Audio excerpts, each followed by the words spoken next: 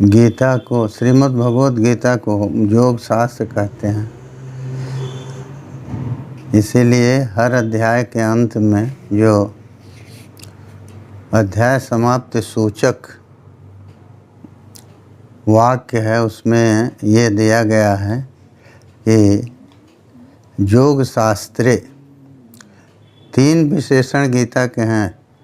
श्रीमद् भगवत गीता सु उपनिषत्सु, एक तो उपनिषद है वो ब्रह्म विद्यायाम, ब्रह्म विद्या है, और दूसरा योग शास्त्रे, योग शास्त्र है, और इसके वक्ता श्री कृष्ण हैं और प्रश्नकर्ता अर्जुन है। इसलिए श्री कृष्ण अर्जुन संवादे ये कहा जाता है। तो ये योग शास्त्र है। योग का मतलब क्या है? परमात्मा से मिलाने के लिए, परमात्मा को अपना स्वरूप समझने के लिए, परमात्मा से हम अलग नहीं हैं ये समझने के लिए जो भी उपाय हैं उन सभी को योग शब्द से भगवान कृष्ण ने बतलाया है। और इस गीता शास्त्र में सब कुछ वर्णित है। शास्त्र उसे कहते हैं जो कि उपायों को बतलावे। किन उपायों को? तो भगवत प्राप्ति के लिए जो उपाय हैं उनको वो बतलाएगा, इसीलिए शास्त्र है। तो शास्त्र हमको ये बतलाता है कि हम जो ये समझ रहे हैं कि परमात्मा हमसे अलग हैं और उनको प्राप्त करने के लिए हम निरंतर प्रयास कर रहे हैं, तो वो हमारा प्रयास कब सफल होगा, उसमें क्या बाधाएं हैं और उन बाधाओं को हम कैसे दूर कर सकते हैं, ये सब कुछ यहाँ बतलाया गया है। तो देखिए, योग शास्त्र है, परमात्मा से मिलाने का उपाय बतलाता है। तो ये परमात्मा के स्वरूप को भी बतलाता है कि परमात्मा हैं कौन, और उस स्वरूप को बतलाने के लिए ही भगवान ने अर्जुन को विश्वरूप दिखलाया। और विश्वरूप का अर्थ है संपूर्ण रूप में हम ही हैं, ये किसी न किसी रूप में उन्होंने स्पष्ट करने का प्रयास किया। और कुछ विभूतियों को अपना स्वरूप बताया ही। जैसे उन्होंने कहा पांडवानाम धनंजय, पांडवों में मैं धनंजय हूँ। कभी नाम उसना कभी, वो कहे कि शुक्राचार्य भी अपने को उन्होंने बतलाया। तो इस तरह से कहते कहते ये अंत में कह गए कि जज्जद विभूति मत सत्वम श्री मधुर्जित मेवा तत्तदेवावगच्छत्वम मम तेजोंस संभवम। कहे अर्जुन, जो कुछ भी विभूतिमत देख रहे हो, जो भी ऐसे उन्नत प्राणी देख रहे हो, या अपनी जाति में, अपने वर्ग में जो विशिष्ट लोग हैं, वो सब कुछ हमारे तेज से ही उत्पन्न है। तो ये सामान्य रूप से इसको हमने बताया। अब गीता के प्रति अध्याय को ध्यान में रखते हुए और प्रथम श्लोक से लेकर के अंत तक एक विहंगम दृष्टि डालते हुए हम प्रति अध्याय के ऊपर कुछ विचार करेंगे। तो देखिए, गीता का पहले अध्याय का पहला श्लोक है जो धृतराष्ट्र कहते हैं। धृतराष्ट्र उवाच धर्म क्षेत्रे कुरुक्षेत्रे समवेता युयुत्सवः मामकाः पांडवाश्चैव किम अकुर्वत संजय। तो ये श्लोक जो है वो धृतराष्ट्र की भावनाओं को व्यक्त करता है। उसके मन में जो उनके मन में जो उस समय प्रश्न चल रहे थे तो उनको संक्षेप में उन्होंने कहा, अरे कुरुक्षेत्र में गए हैं, सारा आप जानते हैं, वहाँ युद्ध के लिए गए हैं, तो किम अकुर्वत का क्या मतलब है, उन्होंने क्या किया। तो नहीं, पहले उन्होंने धर्म क्षेत्र कहा कहे कुरुक्षेत्र जो है वो धर्म क्षेत्र है। तो धर्म क्षेत्र क्यों है, धर्म क्षेत्र का मतलब क्या है कि धर्म का वहाँ जो है वो क्षय होता है या धर्म की उत्पत्ति होती है। देखिए कुरुक्षेत्र जो है ऐसा क्षेत्र है जो धर्म वहाँ जो संचित है वो वहाँ जाने पर बढ़ता है, और जो धर्म या पुण्य पहले आपने किया है उसकी कुछ मात्रा है तो वहाँ जाके और भी बढ़ जाता है। इसीलिए उसको धर्म का क्षेत्र कहते हैं। जैसे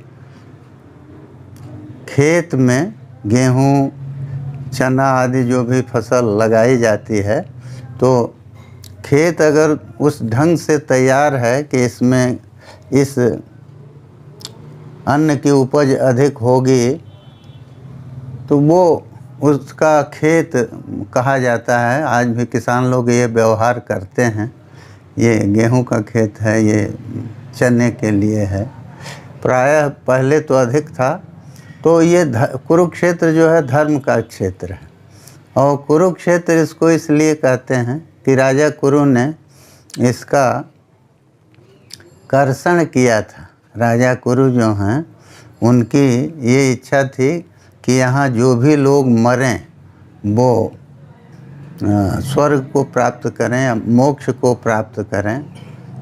तो इसके लिए उन्होंने इसी संकल्प के साथ उस भूमि का बहुत वर्षों तक कर्षण किया। महाभारत में ये वर्णन आया है। शल्य पर्व के भीतर गदा पर्व में ये है एक उसके उपाख्यान के रूप में यह वर्णित है। तो वहाँ जो है वो ये दिया है कि कुरु इस अपनी भावना से ही इस भूमि का कर्षण कर रहे थे।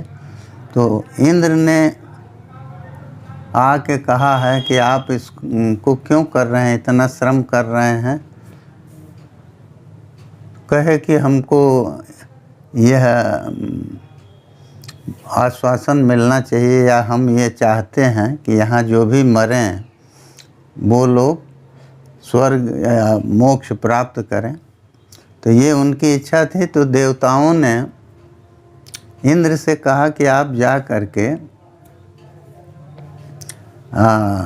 कुरु से कहिए कि अगर वो इस तरह का स्थान अपने संकल्प से सृजित करेंगे। संकल्प से सृजित करना माने वो यदि इस तरह का क्षेत्र बना देते हैं जहाँ केवल मृत्यु से ही उनको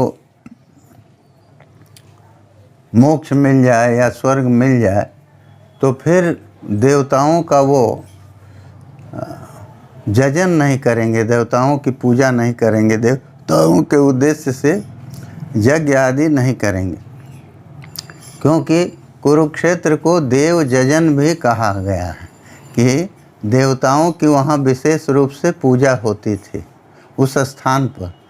तो अब जब कुरु का ये संकल्प उसमें जुड़ जाएगा कि नहीं, देवता लोग का जजन किए बिना भी लोग केवल वहाँ शरीर छोड़ करके और स्वर्ग या मोक्ष प्राप्त कर लेंगे, तो कोई देवताओं का जजन नहीं करेगा। तो इसीलिए देवताओं ने कहा कि आप राजा कुरु को इसके लिए मनाइए। तो इंद्र आए हैं और उन्होंने कहा है कि आप ये संकल्प छोड़ दीजिए, हाँ, कि जो भी मर जाएगा उसको ये स्वर्ग मिल जाएगा या मोक्ष मिल जाएगा। आप ये करिए कि जो निराहार हो करके और यहाँ प्राण छोड़ेंगे या युद्ध में अपरांगमुख होके, माने बिना पीठ दिखाए लड़ते हुए जो लोग मरेंगे उन्हें वो स्वर्ग या मोक्ष की प्राप्ति होगी। तो यह बात कुरु ने मान लिया। तो इसीलिए वो कुरुक्षेत्र है, कुरु का क्षेत्र तो है, लेकिन दोनों है उसमें कि ये विशेषता है कि वो धर्म क्षेत्र, धर्म प्रधान क्षेत्र है। धृतराष्ट्र को ये था कि पांडव और कौरव दोनों गए हैं, तो पांडव तो स्वभाव से ही धार्मिक हैं, पहले से ही उनमें धर्म के विशेष बीज हैं। तो वहाँ जाने पर वो धर्म अगर बढ़ा, अगर वहाँ बढ़ना ही है तो वो कहीं विरक्त हो करके और युद्ध से विमुख हो गए तो हमारे पुत्रों को राज्य मिल जाएगा। और यदि कहीं हमारे पुत्रों को ही वैराग्य हो जाए, क्योंकि वो धर्म को तो जो है उसको बढ़ा देता है, और अपूर्व धर्म भी वहाँ उत्पन्न होते हैं, ये उस क्षेत्र की महिमा है। तो फिर कहीं दुर्योधन आदि के मन में ही तीव्र वैराग्य आ गया धर्म की विवृद्धि से, धर्म के बढ़ने से, तो भी युद्ध नहीं होगा और हमारे ये संकट हमारा टल जाएगा। तो इसीलिए उन्होंने पूछा। ज़्यादा संभावना उनको यही थी कि युधिष्ठिर आदि जो हैं वो धर्म प्रधान हैं, तो धर्म की विवृद्धि होने पर वो युद्ध से विमुख हो सकते हैं। तो इसीलिए उन्होंने पूछा कि उन्होंने क्या किया। मामका पांडवाश्चैव। तो देखिए, ये आप कह सकते हैं कि मामका से उन्होंने मेरे हैं, मामका मेरे, तो माने मेरे पुत्र, मेरे संबंधी आदि जो हैं उनको मामका शब्द से उन्होंने कहा। और पांडवाश्चैव ये कह के पांडवों को उन्होंने अलग कर दिया। अरे पांडव भी तो उन्हीं के थे, लेकिन अब इस समय दोनों ही युद्ध में एक दूसरे के आमने सामने हैं, इसलिए पक्ष प्रतिपक्ष के रूप में उन्होंने उन दोनों को दिया। तो धृतराष्ट्र की ये कुटिलता यहाँ भी दृष्टिगोचर होती है, जो आजीवन पांडवों के साथ उन्होंने जो दोहरा व्यवहार किया, भेद नीति से काम लिया, और वो कभी भी अपने पुत्रों के बराबर उनको नहीं समझ पाए। तो इसलिए उन्होंने दोनों को अपने प्रश्न में भी अलग किया। मामका पांडवाश्चैव किम अकुर्वत संजय, ये कहते हैं। संजय से पूछते हैं, क्योंकि संजय को व्यास भगवान की कृपा से दिव्य दृष्टि तो मिली ही थी, वैसे संजय स्वयं भी इंद्रिय आदि जय संपन्न थे, धृति संपन्न थे। तो समीचीन जय जस्य, जिसका समीचीन जय है। तो आप जानते हैं जय किसके ऊपर होता है?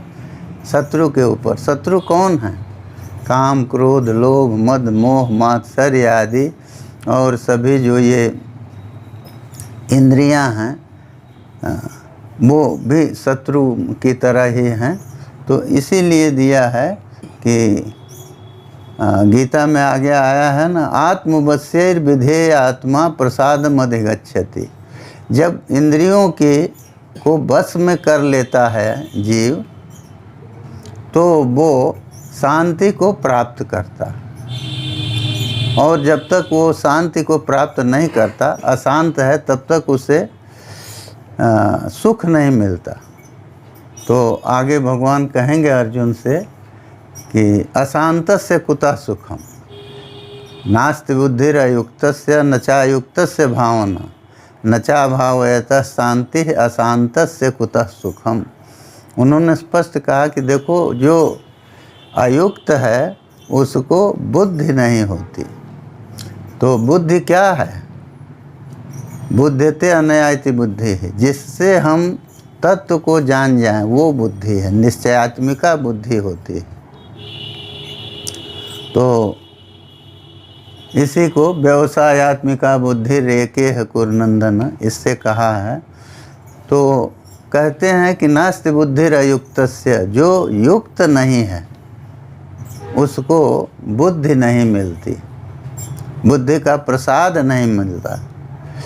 तो बुद्धि का प्रसाद क्या है? जब बुद्धि जो है अपने स्वरूप में हो करके तत्व का परिचय करा दे तो वही उसका प्रसाद है। इसीलिए वो कहते हैं कि बुद्ध जो अयुक्त है, अयुक्त है माने परमात्मा में लगा हुआ नहीं है। परमात्मा में जोग जिसका नहीं है, तो परमात्मा में जोग दो प्रकार का होता है।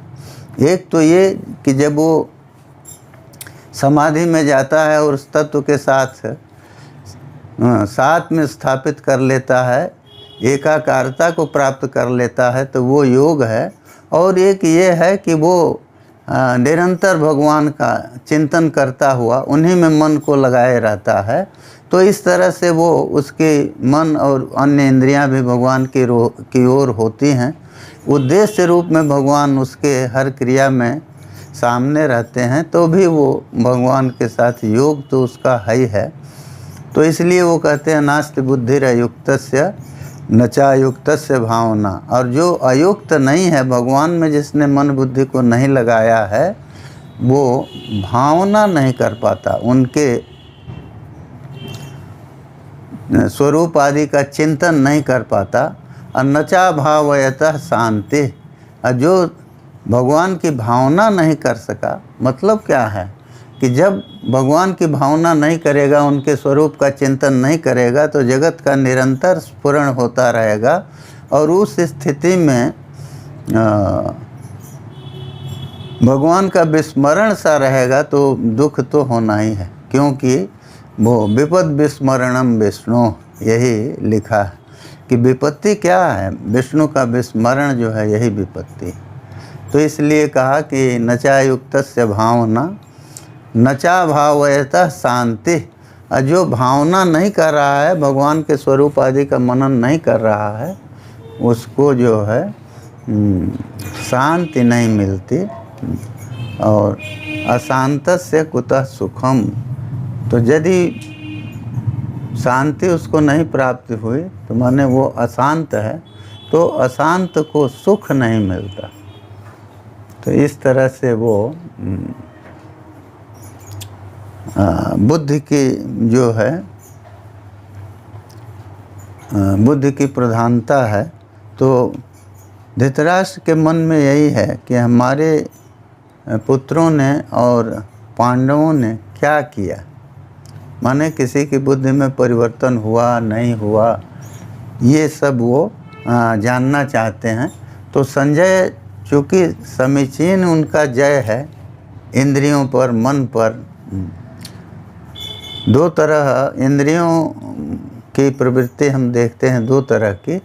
एक जब हम इंद्रियों के अधीन होके प्रवृत्त होते हैं, मन के अधीन होके प्रवृत्त होते हैं, और दूसरी स्थिति इंद्रियों की प्रवृत्ति है जबकि इंद्रियां हमारी अधीन होके प्रवृत्त होती हैं।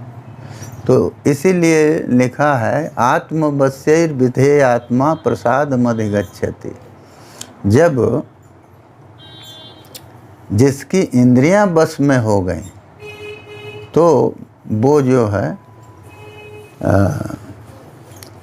उसके अनुसार, अपने अनुसार मन को प्रवृत्त कराता हुआ सुख को प्राप्त करता है। और यही लिखा है कि बसे ही जैसे इंद्रियाणी तस्य प्रज्ञा प्रतिष्ठिता। जिसकी इंद्रियां उसके बस में हैं, उसी की प्रज्ञा प्रतिष्ठित है। प्रज्ञा के प्रतिष्ठित होने का मतलब क्या है कि वो भगवान में, भगवदाकारता में उसकी बुद्धि नित्य प्रतिष्ठित है। भगवान के चिंतन मनन भजन से वो हटता नहीं है, हमेशा उसकी बुद्धि उसी में प्रतिष्ठित है। तो वो चाहे पहले की स्थिति में है, स्वरूप साक्षात्कार नहीं भी हुआ है, भगवान का दर्शन आदि नहीं भी हुआ है, तो उनके स्वरूप गुण आदि का चिंतन करता हुआ बुद्धि को उसी में प्रतिष्ठित किए रहता है, और जब उसको स्वरूप साक्षात्कार हो गया तब फिर उसकी बुद्धि तो उसी में प्रतिष्ठित हो ही जाएगी। तो इस तरह से शांति का, सुख का उपाय वो बतलाते हैं। और गीता में जो मुख्य रूप से वही सभी उपाय वर्णित हैं जिनके द्वारा हम परमात्मा से योग प्राप्त कर सकते हैं, क्योंकि वो योग ही जरूरी है। इसीलिए इसको योग शास्त्र कहा। योग के लिए जो उपाय हैं तो केवल ये प्राणायाम आदि ही गीता में नहीं वर्णित हैं, बल्कि अन्य भी योग वर्णित हैं। जैसे सिद्ध सिद्ध्यो समो भूत्वा समत्वम योग उच्यते। तो योगस्था कुरु कर्माणि संगम त्यक्त्वा धनंजय। तो भगवान कहते हैं कि योगस्थ हो करके और तुम कर्म को करो। योगस्था कुरु कर्माणि, संगम फलाशक्ति को छोड़ करके कर्म करो। तो ये सब वर्णन इसलिए है क्योंकि देखिए बहुत एक साथ जो है तत्काल हम जहाँ हैं वहाँ से बहुत ऊंचाई पर मन चला जाए, ये तो नहीं आशा होती, क्योंकि धीरे धीरे मन जो है वो उसको परमात्मा की ओर ले जाएंगे तो उधर वो जाएगा, और विषयों की ओर ले जाएंगे तो विषयों की ओर ही जाएगा। इसीलिए मन को बस में करने का उपदेश दिया गया है। तो पहले जो ये पहले श्लोक का जो आशय है वो यही है कि वो जो धर्म का क्षेत्र है कुरुक्षेत्र, तो उसमें जब कौरव और पांडव दोनों आए हुए हैं तो इन दोनों ने क्या किया, माने क्या निर्णय लिया, एक तो ये, और दूसरा वो किम अकुर्वत से आप ये भी कह सकते हैं कि जब युद्ध का निश्चय हो भी गया तो किस तरह से युद्ध में प्रवृत्ति हुई। उनको तो देखना नहीं है, सब कुछ सुनना है। तो माने किसने युद्ध का उद्घोष किया, उसके लिए शंख बजाया, और किसने उसके बाद बजाया, तो ये सब कुछ वो जानना चाहते हैं। इसलिए वो किम अकुर्वत कहते हैं कि उन लोगों ने क्या किया। तो ये तो प्रथम श्लोक में इस तरह की बातें वो अपनी जिज्ञासा की बातें करते हैं, जो भी वो जानना चाहते हैं। और पांडु के पुत्रों के बारे में उन्होंने अपनी धारणा भी स्पष्ट कर दिया, क्योंकि अरे मामका पांडवाश्चैव ये कहते हैं कि मेरे और पांडु के पुत्रों ने क्या किया। तो माने उनका आशय यही भी है, हो सकता है कि पांडु जो हैं वो छोटे होकर के भी राज्य प्राप्त किए, तो उन्होंने अन्याय किया, तो क्या उसी पर हमारे ये पांडव भी उसी पर हैं, और वो आगे उस राज्य को लेने के लिए युद्ध के लिए प्रवृत्त हो गए, क्या किए। और यदि उन्होंने युद्ध प्रारंभ किया तो क्या अपने उस पर किया, माने अपनी ओर से सबसे पहले युद्ध की घोषणा किया, आरंभ किया, तो नहीं। वो तो आप देखेंगे आगे आएगा कि भीष्म ने ही पहले शंख ध्वनि किया है। तो भीष्म शंख ध्वनि किए हैं, और इस तरह से उन्होंने अपना संकोच छोड़ देने के लिए भी अर्जुन आदि को कहा, क्योंकि वो जानते थे कि सब कुछ है, लेकिन अर्जुन हमारा जो संकोच है, हमारी प्रति जो उसकी श्रद्धा है, उसको वो जल्दी छोड़ नहीं पाएगा। तो इसलिए उन्होंने शंखनाद किया। यद्यपि शंखनाद जो है वो दुर्योधन की प्रसन्नता के लिए किया। लिखा है तस्य संजनयन हर्षम कुरुवृद्ध पितामह। उसके दुर्योधन के हर्ष को अच्छी तरह से उत्पन्न करते हुए, बढ़ाते हुए उन्होंने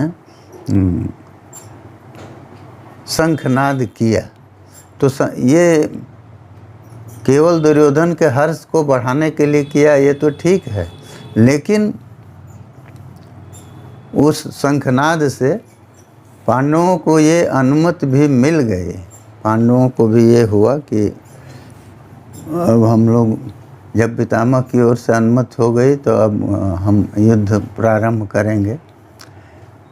तो हमारा कोई दोष नहीं है। देखिए, दोष गुण का प्रश्न इसलिए आता है कि वो मन उनका जो है, पितामह में जो श्रद्धा थी और पितामह से जो प्रेम मिला था बचपन से, उस प्रेम को सहसा नकार जाने का मनोभाव इन लोगों में था नहीं। इसीलिए इससे, शंखनाद से वो इससे मुक्त हो गए। और तब दूसरे श्लोक में ये आया है कि संजय वाच, संजय ने कहा कि दृष्ट्वा तु पांडवान एकम व्यूढ़म दुर्योधनस्तदा आचार्यमुपसंगम्य राजा वचनमब्रवीत। तो देखिए, पांडवों की सेना को, अनेक माने सेना, उसको व्यूह रचना में अवस्थित देख करके, क्योंकि सेना खड़ी है तो व्यूह रचना में होगी कि जिससे कि शत्रु जो है वो सहसा उसमें घुस करके और नरसंहार करने में डरे। तो व्यूह रचना तो होती है। तो दुर्योधन ने आचार्य के पास जा करके, आचार्यम उपसंगम्य राजा वचनमब्रवीत, राजा दुर्योधन जो है आचार्य के पास जा करके और उनसे वचन कहता। तो वचनम अब्रवीत कहने की ज़रूरत नहीं थी, केवलम अब्रवीत कह देते। केवल अब्रवीत कह देते कि राजा ने कहा, तो इतने से काम चल जाता। वचनम अब्रवीत ये कहे तो उसका मतलब ये है कि उसने अपनी बातें केवल कहा, उसके साथ और कुछ नहीं कहा। और वो वचन जो है वो उसमें उसने अन्य कुछ कहा नहीं, बल्कि अपने भय आदि को छिपाने का भी प्रयास किया। क्यों कि राजा दे रहे हैं, राजा है वो, राजा वचन अब्रवीत। तो राजा जो है आचार्य के पास क्यों गया, बुलवा लेता, बुलवाया नहीं। तो अभी कहिए कि गुरु थे तो गुरु का सम्मान किया, इसीलिए उनके पास गए। लेकिन गुरु का सम्मान करने के साथ साथ टीकाकारों का ये भी मत है कि उसने अपने भय को भी छिपाया, क्योंकि अर्जुन से हमेशा उसके शंका निकल नहीं पाई थी। अर्जुन के प्रति जो उसकी वीरता के प्रति जो दुर्योधन के मन में भाव था, तो उससे वो मुक्त नहीं हो पाया पूरे महाभारत में। और वो स्पष्ट देखने को मिलता है जिस दिन जयद्रथ का वध होता है, उस दिन उसके उद्गार, जिसमें वो कर्ण को और आचार्य द्रोण को, दोनों को ही बहुत खरी खोटी सुनाता है। तो इससे वहाँ देखने से वो स्पष्ट होता है कि वो कितना भयभीत था अर्जुन से। खैर, तो वो आ करके और राजा उनसे कहता है, आचार्य द्रोणाचार्य के पास आ करके। तो अब राजा तो है वो, तो सेनापति से उसको कहना चाहिए ना, आचार्य के पास आ करके कहने की क्या ज़रूरत थी। तो आचार्य के मन में कुछ वो क्रोध लाना चाहता है, क्योंकि वो इसीलिए कहता है कि पश्यताम पांडुपुत्राणाम आचार्य महतीम चमुम व्यूढ़ाम द्रुपद पुत्रेण तव शिष्येण धीमता। वो कहता है कि हे आचार्य, पांडु पुत्रों की ये महती बड़ी सेना जो है उसको आप देखिए। अरे 11 अक्षौहिणी सेना उसके पास थी और 7 अक्षौहिणी सेना पांडवों के पास थी। तो इनकी सेना को कहता है महतीम चमुम, इस बड़ी सेना को आप देखिए। तो महती चमू वो इसलिए है, चमू कहते हैं, चमू छमू अदने धातु है, तो चमू वो है जो कि अदन कर जाए, ग्रास कर जाए प्रतिपक्ष के वीरों का। तो इसलिए कहते हैं कि ये उनकी चमू को देखिए, जो परिमाण में अल्प होने पर भी वो महती है, महत्वयुक्त है, क्योंकि वो इस सेना का ग्रास करने में समर्थ है। और उसमें एक कारण और है, व्यूढ़ाम द्रुपद पुत्रेण, द्रुपद के पुत्र जो धृष्टद्युम्न हैं उनके द्वारा इसकी व्यूह रचना की गई है, और जो कि आप से ही संपूर्ण विद्या को प्राप्त किया, तब से श्रेण धीमता। तो ये कह करके उनके मन में ये क्रोध उत्पन्न कराना चाहता है कि ये जो आपका हंता है, आपको मारने के लिए ही जिसकी यज्ञ कुंड से उत्पत्ति हुई है धृष्टद्युम्न की, वो ही इस सेना का वो है, सेनापति है। और वो उसकी व्यूह रचना को आप देखिए कि उसने किस तरह से व्यूह रचना किया है। और वो आपका शिष्य तो है ही, धीमान है, बुद्धिमान भी है, ये वो कहता है। तो देखिए महती चमू कह करके, अब ये यदि कहें कि नहीं सेना तो विशाल थी, तो विशाल तो है ही है, लेकिन विशालता और अल्पता तो सापेक्ष है ना। तो विशाल सेना को देखिए तो कौरवों की सेना के उसमें तो कौरवों की सेना की तुलना में तो वो सेना पांडवों की विशाल नहीं थी, फिर भी वो चमू थी। चमू शब्द का प्रयोग करते हैं वो। तो वो सेना जो है चमू माने भक्षण करने में समर्थ है, हमारी सेना का, हमारे वीरों का उधर इंगित करता है। तो माने आप जो उसने व्यूह बनाया है उस व्यूह के भेदन के बारे में सोचिए। और वो धृष्टद्युम्न के पौरुष पराक्रम को तो आप जानते हैं, तो किस तरह से पराजित होगा, किस तरह से पांडव पराजित होंगे, इसके बारे में आप सोचिए। ये सब इंगित करते हुए वो उनको दिखलाता है। अरे दिखलाना क्या है, वो तो देख रहे ही हैं, सामने हैं युद्ध में, लेकिन उसको जो अपना कहना था वो कह दिया कि आपका जो मारक है, आपकी मृत्यु का जो कारण है वो सामने है, तो आप उसका किस तरह से निरोध करेंगे और किस तरह से उसकी पराजय करेंगे, इसके बारे में आप विचार करिए। तो देखिए सामान्यतः द्रोण का हृदय पांडवों की ओर तो था ही, लेकिन